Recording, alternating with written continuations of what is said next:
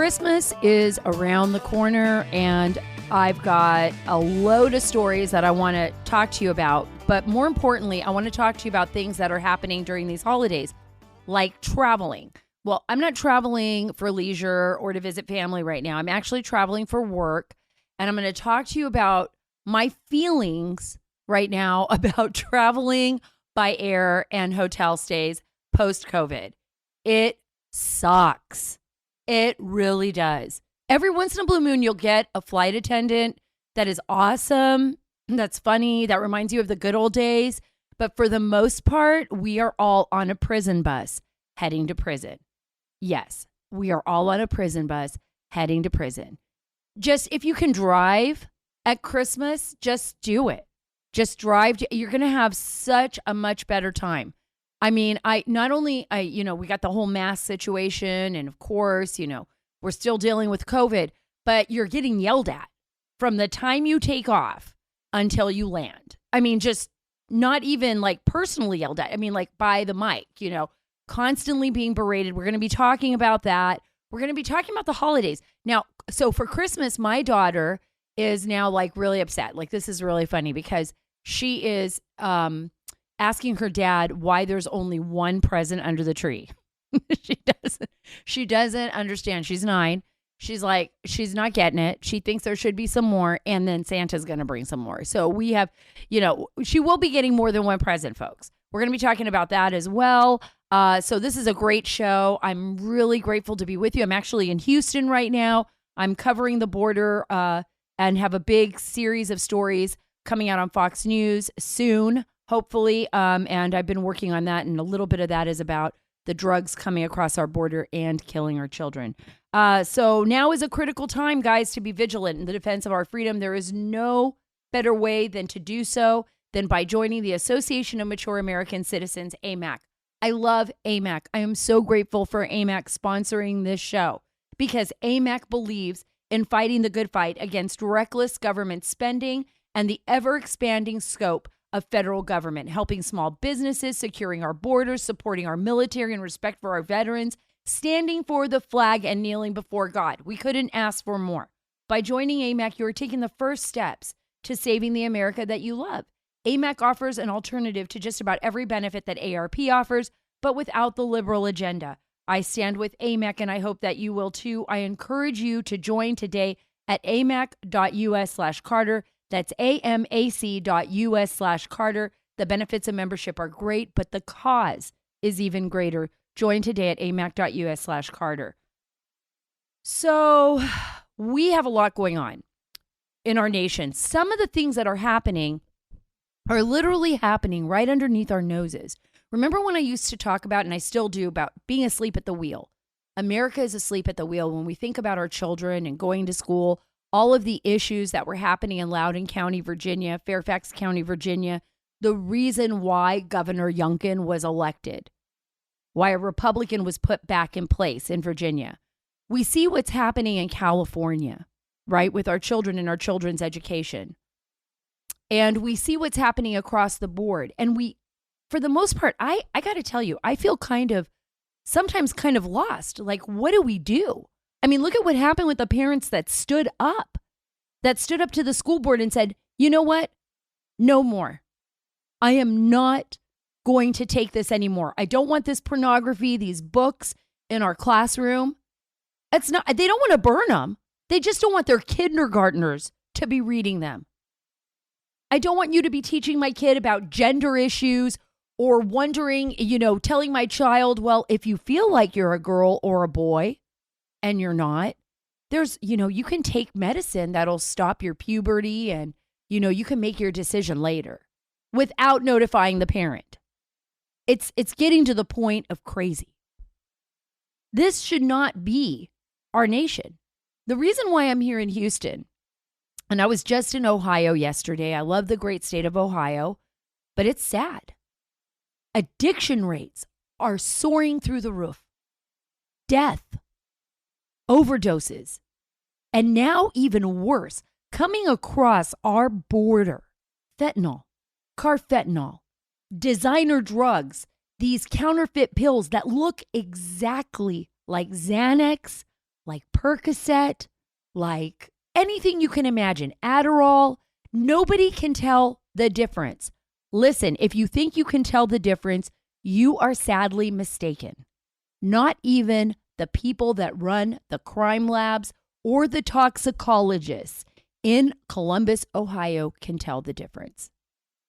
They look exactly like the real thing. And it's frightening because children are dying. Yes, listen to me carefully.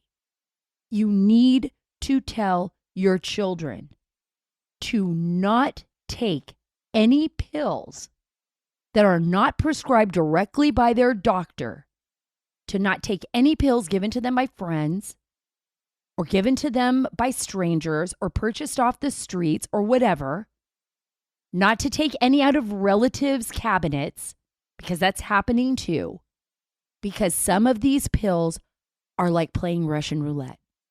They are a death sentence. I've spoken to parents who have lost their children, and it's horrifying. I have my own kids. I worry about it every day. I call them all the time. I tell them this all the time. They think I'm crazy, but I'm not. I remind them every single day that I talk to them, hey, I'm working on this project. Kids are dying. Don't think about taking anything on a college campus because, your friend gives it to you and promises you that it's a prescription drug, that they got it from their family's cabinet, that they don't believe them. I've seen enough children die from this. And right now, Derek Maltz, a good friend of mine, former head of the DEA's Special Operations Division, he was working on a collage of kids that have literally, I say, been murdered by the drug cartels. Murdered by the drug cartels. That's my opinion. Because they are mixing fentanyl. And you would say to yourself, and I hear people say this all the time, even my producer asks, why would these cartels want to murder, their clients? They don't care. They have no loyalty to America. And, when a bad batch goes out of fentanyl, whether that's taken in a pill form or whether that's ingested with a heroin, the sale prices go up for the addicts. The addicts are like, oh man, that must be some good stuff. But for those children that are out there that are just, our kids being dumb, going out with their friends, going to a party, maybe want to take a Xanax, maybe want to, try something new and experiment, that experiment and that action could literally take their lives. And it makes me so sad. I'm going to read you something that Derek Maltz sent me, and I wish I had him on the show with me today, but I'll bring him back to the show. He's been on before, but I'll bring him back so we could talk about this in great detail. This is from a parent. She posted it on Facebook. Her name is Cheryl Braceno, and this is what she wrote. My sweet boy, gone at 22, nearly 9 months ago. He wasn't a known drug user. He took a pill with a friend, and he collapsed 10 or so minutes later. This friend didn't call 911. He called a few other friends, and 911 was called 18 minutes later, and his friend denied anything being taken. We waited over 12 weeks to find the cause of death, fentanyl. They thought they were taking Oxycontin. I never heard much of this, but now I share with everyone I know. I would have talked to him about this had I known. This is a parent's worst nightmare, and I'm living it, and it's such a senseless death. I just miss him so much. I just miss my son so much. I think we need to heed these warnings. If we can save just one life, right? If we could just reach out, imagine just talking to your kid, maybe it'll save their life. We don't know. Let's just do it. And I'm going to do my part to expose these evil, horrific drug cartels and their distributors inside the United States. And I'm going to continue to fight like I did when I was in Ohio, when we testified before the Ohio State Legislature during the Trump administration that some of these cartels, like Los Zetas, like Sinaloa, and the others, need to be designated terrorist organizations, because that is exactly what they are. But let's add a twist to this before I move on to my next topic. China. The precursor drugs that are being used to make fentanyl are coming from China. You don't think the Chinese Communist Party knows that those narcotics are coming through? You don't think the Chinese Communist Party is using the Mexican drug cartels as a proxy to target the United States? Think about it. Nothing happens in China without the Chinese Communist Party knowing about it. So shipments of precursor chemicals to make fentanyl don't just miraculously arrive in Mexico on their own. Don't just miraculously end up in the hands of the Mexican drug cartels. They don't. The Chinese government is well aware of what is going on, and we better wake up. We better stop sleeping behind the wheel. We better get this giant aggravated in America because we are losing our children, and in effect, we are really losing our nation. So that's why I'm here in Houston. There's so much more to this that I want to talk to you about, and I will. I will definitely reach out to other folks and have them on the show and have them talk. This will be an ongoing project for me, and I want this to be something that really changes lives and saves lives. Okay, this is an interesting story on the border. 18 Russian migrants found in vehicles, shot at while barreling through California border crossing. Isn't that weird? 18 Russian immigrants. So let me explain this to you. Everybody's crossing that border. Every single one of them is crossing that border. People from all over the world, 72 nations. So get it out of your head that this is just, mom and pop from Mexico that want to come here to make a better life.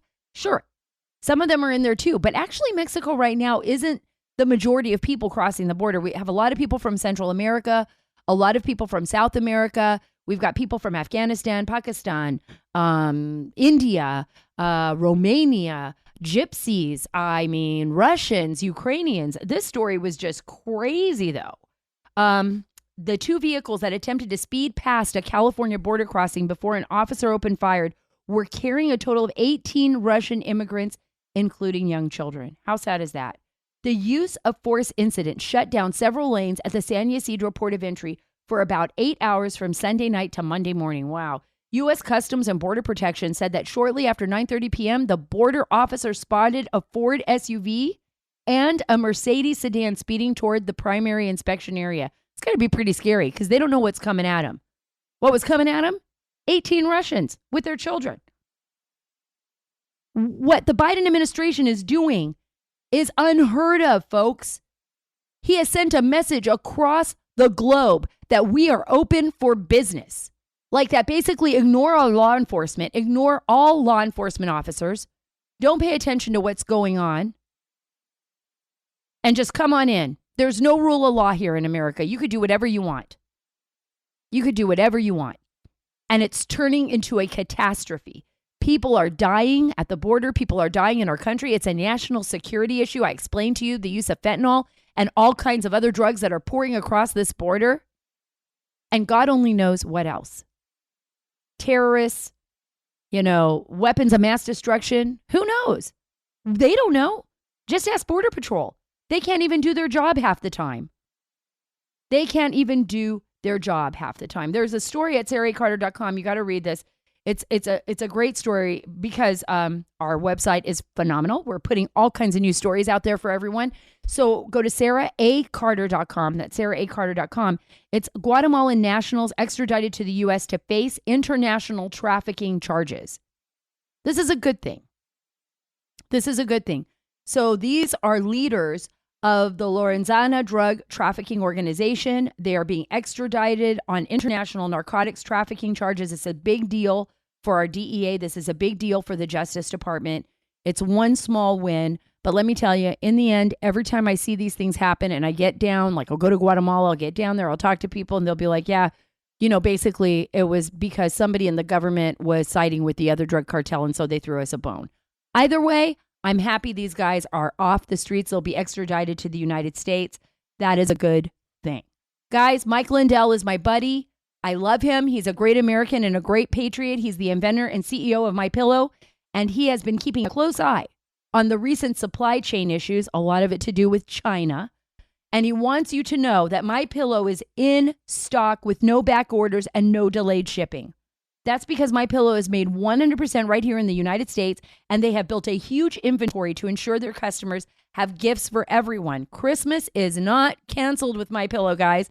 Everything from the My Pillow sheets, slippers, robes. Now, guess what? Cardigans. What? I mean, I'm like, wow.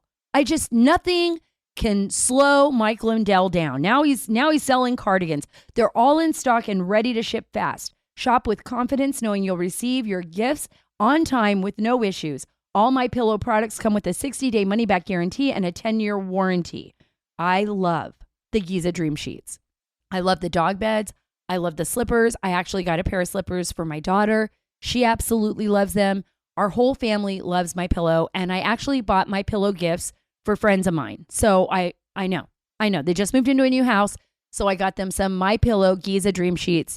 And I know they're going to love them. So remember, go to mypillow.com and click on the radio listener specials for specials like 40% off all my slippers and 50% off all My Pillow mattress toppers. Enter the promo code, listen to this, Carter. It's just that easy. Or call 1-800-685-7221 for great My Pillow specials. That's 1-800-685-7221. Use promo code Carter at checkout and you will save on all of those items. Save now, just in time for giving the ultimate gift in comfort with the best deals of the year on all My Pillow products. Isn't it interesting that there are massive crime waves in cities all across, big cities, Democrat-run cities, all across this country, and the Democrats completely ignored that, even though President Trump was pointing that out when he was in office all the time. Children are dying in Chicago. Children are dying in Baltimore. You can't even walk down some of the city streets. I was in Columbus, Ohio. There's an area of Columbus, Ohio called Hilltop. It is devastated by drugs and gangs.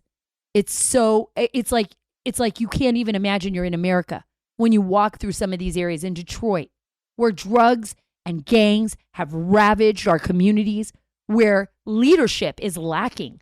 They don't even these Democrat mayors, these Democrat leaders in these states, they truly, I believe they do not care. Mayor Lori Lightfoot, she's a nightmare in Chicago. I feel so sorry for the children there. I feel so sorry for the people that live under that. It's horrible. In San Francisco, in California. Oh, it was interesting. Dave Rubin, I was, retweeting all of his tweets. I love the guy. But he's like, people are like, why are you leaving California? And he retweets this TikTok video of this guy who is just filthy. I believe he's smoking a cigarette. I can't remember. Inside a Target, just filling his bags with merchandise and just walking out. Like, okay, complete lawlessness. We have got all of these failed U.S. attorneys in charge. We've got failures all across the board in our leadership in California, in Democrat-run cities. And I want to just play this clip for you because Pelosi, she's calling out the lawlessness that springs from, she's like, I don't know where. It's absolutely outrageous. Obviously, it cannot continue. But the fact is that there is an attitude of lawlessness in our country that springs from I don't know where. From your policies. Look at what's happened to New York. Look at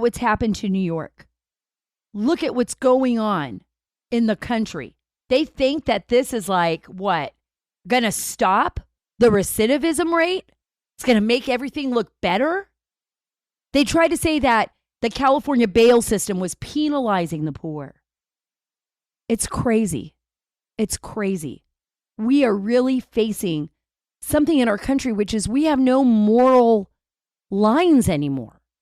We're making excuses for criminal behavior. The criminals are laughing at us. All of this bail reform, all of these issues that we're facing, all because we created them. We basically told criminals, have at it. At the border, in our cities, with our children. Wake up. We need to wake up. We need to say this is unacceptable no more. And if you think it's not ever going to affect you, you're wrong. You're wrong. I'm telling you, I've seen this my whole career. I remember the first time I did a story in California, the biggest story that set my career, like pretty much launched my career. I was working in Pomona, California, and there was a young kid by the name of Yogi. He was 15 years old. 15 years old. His father was a drug addict. His father had committed, I don't even know how many crimes. His father was released from prison. His father goes home, and he basically sits with his son doing line after line of crystal meth, tells his son that the cops are, in his paranoia, that the cops are going to come back and get him, that they're going to take him away from him. His 15-year-old was already like a sophomore at one of the high schools in Pomona, Gary High School, I believe, and he couldn't read. He couldn't even read or write. So they moved him up. This I found out later after working on the story. You'll see why there was a story here. They moved him up even though he couldn't read. Everybody was ignoring him. Yeah, who cares?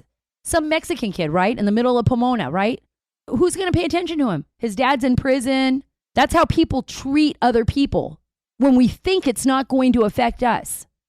That kid was so despondent and so drugged out. His father had him on so much crystal meth. He became so paranoid that he grabbed his grandfather's gun, took a car, drove down to the Pomona courthouse early in the morning, and while an Irwindale police officer was there on a traffic ticket, he had 2 children, he was married, and he was leaving traffic court. He came out, and while he was walking down the front steps, Yogi killed him, executed him on the front steps. It was a horrific killing. A father dead, 2 children, a police officer. It was the tragic story all the way around. I ended up uncovering a lot of what happened in that community based on that one moment. All of this affects all of us. We are all a part of our own communities. We can't we just don't stay in one area. Just because our neighborhood's good doesn't mean we're not going to drive down, have to go to downtown to pick up some, paperwork or meet with someone. We are all connected to each other. We have to pay attention to what is happening, folks. We have to pay attention to this. Otherwise we wake up and we have nothing. We lose our rights. We lose our children. How many parents have told me, back to the top of the story, I wish I would have known. I would have said something to my kids. I wish I would have known. Well, for all of you who are listening right now, you now know. We all know. And it wouldn't take that much time for us to just be a little bit more involved to see what's going on, right? Listen to San Francisco Mayor London Breed. She is suddenly fed up with rampant crime, and she's talking super tough. And it comes to an end when we take the steps to be more aggressive with law enforcement, more aggressive with the changes in our policies, and less tolerant of all the bullshit that has destroyed our city. But how did we get here? We got here because of people like them. We got here because of the radical leftists, not your mother and father's Democrats, not the people that we used to be able to have normal conversations with, right? Not even the Clintons. Yeah, I know, right? Under Bill Clinton and all of the so-called reforms. But we got there because people like AOC, Ilhan Omar, Mayor London Breed, and all of them want to defund the police. The far left district attorneys are refusing to prosecute crimes. We've got leftists pushing for no bail or insanely low bail, which is what I talked about earlier, so that violent criminals are back on our streets. Are they serious about cracking down? Or are they just afraid now that they're going to lose elections? I think they're going to lose a lot more than elections. They're going to lose the people of their communities. They're moving to Texas. They're moving to Florida. They're moving to other states. California is losing. And you know what? If they want to open their borders for everyone, if they want to do some kind of new thing, that's their thing, right? That's the state. The people are voting those people in. Governor Gavin Newsom is being voted in by the people of California. That's why Dave Rubin said, I wanted to fight for California, but I don't think California wants to win. So I'm asking all of you, do you want your states to win? Do you want to be able to go to Target without having a naked woman walk in front? Yes, that actually happened to me. And they could not throw her out. Target in Beverly Hills, having a naked woman walk around who is, I felt so sorry for because she had completely lost her mind, walk around in front of your children. And they didn't know what to do with her. And I asked if they would call the police and they said they wouldn't. Or I asked if they would call an ambulance because she was visibly, there was something mentally wrong with her. And I said, how sad for her and how sad for all of us because of your horrible, horrible policies. Horrible policies. Folks, pay attention. The price of silver has increased 340% since 2000, and it continues trending higher. Universal Coin and Bullion is offering our listeners, listen to this, a special locked-in price of just $30 for a beautiful 1-ounce 2021 American Silver Eagle coin, the most popular coin in the world for collectors and investors.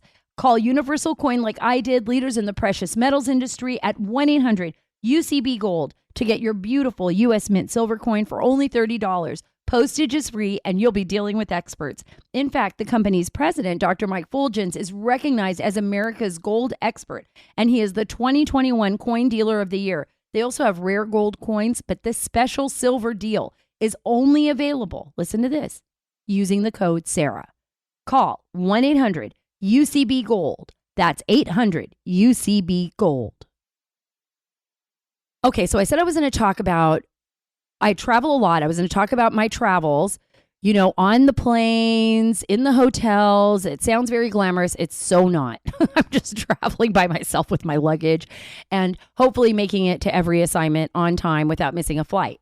I want to tell you a little bit about like the craziness though. And I'm sure some of you have already experienced it. I don't know if you feel as frustrated as I do, but I feel like I'm constantly being like we're all on a prison bus being reprimanded by the flight attendant. Like there's no more kindness. There's no more like, oh, every once in a blue moon we can do that. Every once in a blue moon we find someone who's kind. We meet someone who's, you know, who's back in the olden days is what I call it. Back in the days when flying was luxurious. We would get dressed. We would go on a flight. It would be exciting. We're going on vacation. We pay a lot of money for our plane tickets. We pay a lot of money for our hotel rooms where things were better, nicer. I feel sorry for our children. The young children don't even know what it was like. I remember when I was a kid and we would fly, it would be like, whoa, we'd get great meals. And, you know, I would get to go visit with the captain and sit and, you know, sometimes I would see movie stars, you know, and get to go to first class and see who they are, you know, and, you know, it was always very exciting to get on a plane. Now I'm just in misery. I'm just like, we got our masks. The flight attendants have gloves. They're like, we're a touchless service. If you do not have your visa downloaded to your app, we cannot sell you anything. Sit down, put your seats up. Make sure to keep your bags underneath your chair. Put your other bags up above. Don't bump into anyone. Move your stuff. I'm like, oh my gosh. By the time I'm finished listening to that, I'm in misery. I'm getting a headache. I'm like, I don't even want to hear them anymore. And by the time they're telling me like what to do to save my life, I'm like, I just want to jump off the plane. I'm just like, I'm done. I'm done with this. It was insane. And then I was at this hotel. I'm not going to say which one, but the people there were so wonderful in Columbus, Ohio. The few people that were there, like the two. And she was like, yeah, we don't even have any workers. We still don't have people that are wanting to work at the hotel because we hire people and then they leave a week later. Apparently they were making more money off of the government than they do, you know, here. And I said, well, is that still going on? Well, I don't know, but nobody wants to come back to work. Nobody wants to come back to work. I'm at a hotel here in Houston. Same thing. They can only serve coffee and stuff up to a certain time because they don't have enough workers. It's like, holy smokes. What is going on in our country? What is going on in our planet? And now I'm looking at, by the way, have you guys been watching what's going on in South Korea? Everybody there, apparently over 80% have been vaccinated. And now the South Korean government, the president, is locking down South Korea again because of COVID. So what does that tell you? What's going to happen here? That, my friends, is a precursor. So what I'm saying is flying and everything is not going to get any better. Not in the near future. I'm just like sad. Sad that we live in a time where it's just filled with all of this. I was thinking about that last night. Like, we've been through 20 years of war. Like, literally, Afghanistan. For some of us, it's really hit home. Others of us, not so much because we haven't had people serving. But, and then we have, we had 9/11 and now we have COVID. We have had, historically, really traumatic things happen in our society that we're all having to deal with.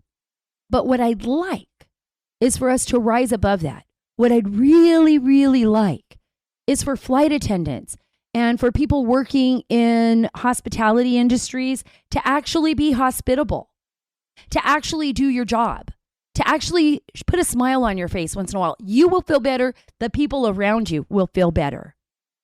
We shouldn't feel like we are in a prison bus when we spend $300 to $600 on a round trip flight.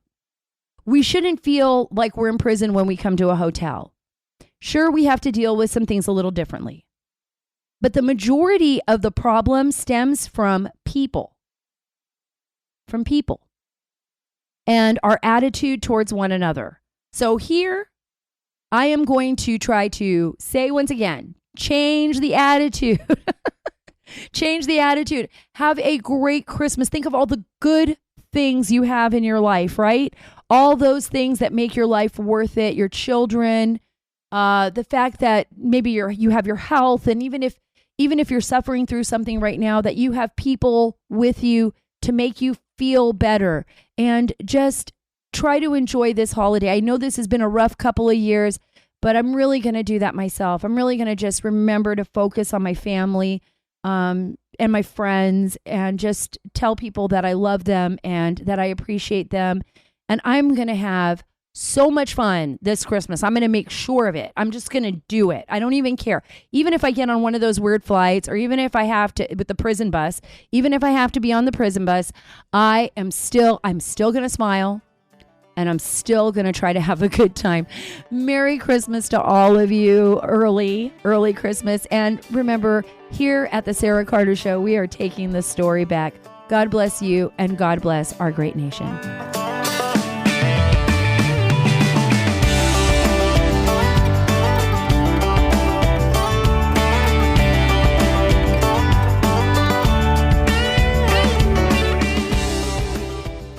Hi, it's Dana Lash, host of The Dana Show. Every day, I'm here to keep you up to speed on the most important stories and info that you need to know in your very busy life. And if you're always on the go and you want to stay connected, just download our daily podcast and take it with you. It's a great way to get up to speed on what you need to know and what legacy media may not be telling you. Visit danaradio.com and click on the podcast link, or subscribe at iTunes, Spotify, or wherever you get your favorite podcasts.